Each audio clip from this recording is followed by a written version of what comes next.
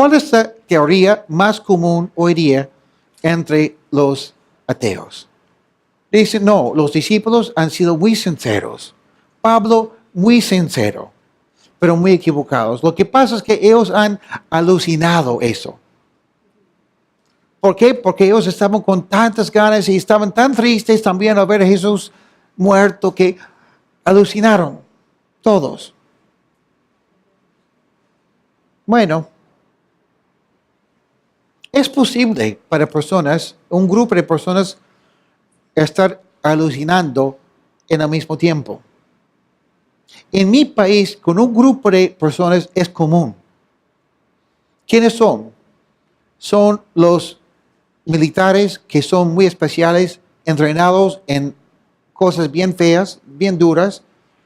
Pasan en 2 semanas más o menos, pasan 3 horas durmiendo durante 2 semanas, nada más. Y siempre en actividad, siempre con mucha presión. Y los últimos días los mandan en un bote al alta mar. No han comido, no hay agua. Es que ellos van a ser los élite de los militares de los Estados Unidos. Y cuentan ellos que es frecuente para ellos, como grupo, alucinar. Pero el problema es que nunca alucinan lo mismo.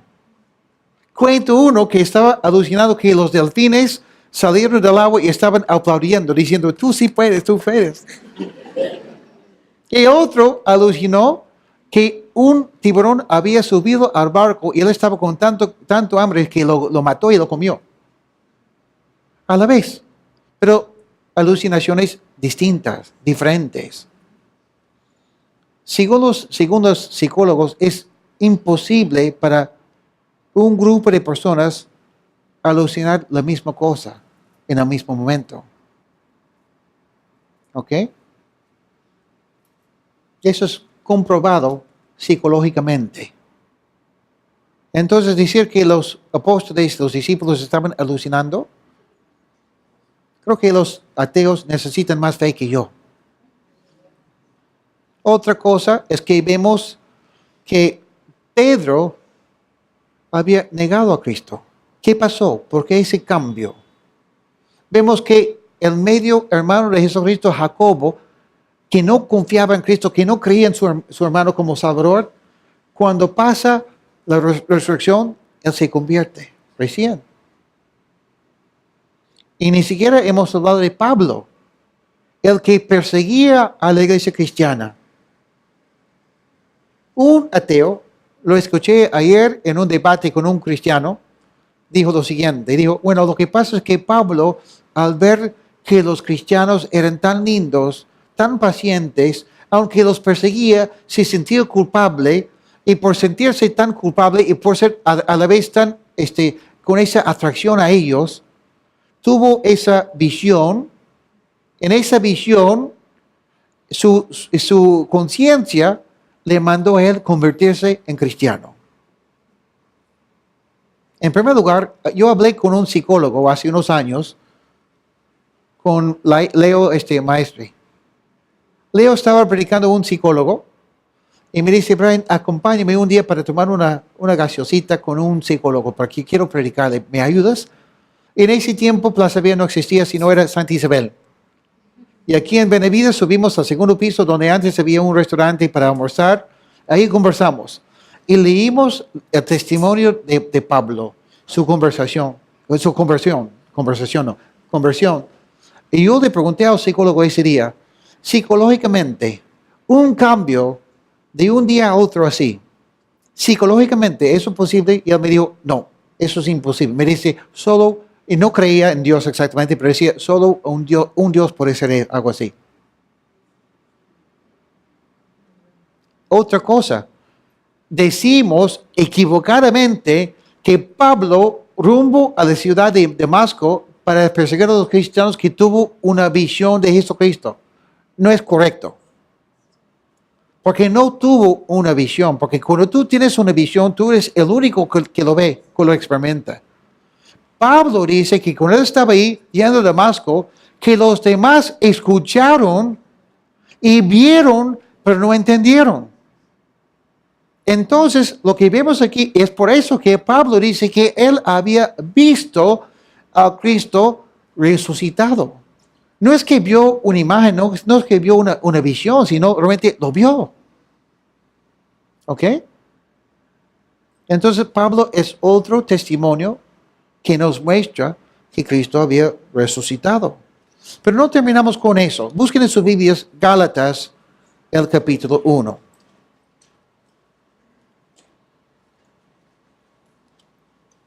Gálatas capítulo 1. Los versículos 18 al 19. Después de su conversión, Pablo dice en el versículo 18, después, pasado 3 años, subí a Jerusalén para ver a Pedro y permanecí con él 15 días. Pero no vi a ningún otro apóstol, sino a Jacobo, el hermano del Señor. ¡Wow! ¿Qué tal reunión, no? Esos 3 reunidos ahí, compartiendo lo que ellos habían experimentado, cómo Cristo había resucitado seguramente, hablando de doctrina y cosas así. Después dice, en el versículo 1 de capítulo 2, dice, después de 14 años subí otra vez a Jerusalén con Bernabé y también llevé conmigo a Tito, pero subí en obediencia a una revelación y para no correr o para no haber corrido en vano, el evangelio que predico entre los no judíos los expuse en privado a los que tenían cierta reputación. Entonces, después de 18 años, Pablo sube de nuevo a Jerusalén para consultar con los demás apóstoles acerca de su doctrina. Y van a decir más luego, si tienen tiempo para leerlo, que ellos no agregaron, no cambiaron nada de lo que Pablo estaba predicando. O sea, desde el año que Pablo conoce a Cristo, que es más o menos 2 años después de la muerte de Cristo, y sube a Jerusalén por la primera vez, son 5 años. Después pasan 18 años más, o sea, 22 años. La doctrina no había cambiado en nada. ¿Cuántas veces hemos escuchado, bueno, desde el tiempo las cosas cambiaron? No, no es así. Además, me gusta cuando dice aquí Pablo que fue con los demás y consultó con los demás y estaban ahí reunidos todos los líderes.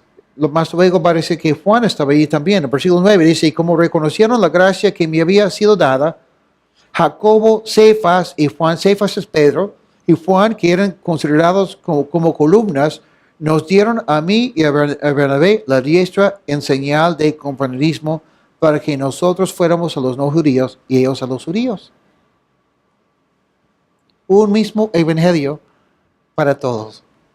¿Por qué? Por la resurrección de Cristo.